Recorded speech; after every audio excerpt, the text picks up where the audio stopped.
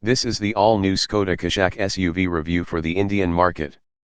It is very similar to Skoda Kamiq sold in Europe. Power is provided by a 1-liter turbocharged petrol engine with 115 HP and 175 Nm. It can be paired with a 6-speed manual or with a 6-speed automatic. There is also a 1.5 liters turbocharged engine producing 150 HP and 250 Nm and comes with a 6-speed manual or a 7-speed, dual-clutch gearbox. Regardless of engine and gearbox, the Kushaq comes only with aFWD. The Skoda Kushaq Interior doesn't differ too much from the Kamiq one either.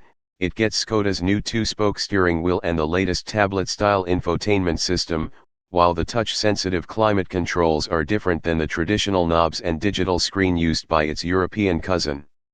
LED ambient lighting is available, as are ventilated front seats wrapped in leather.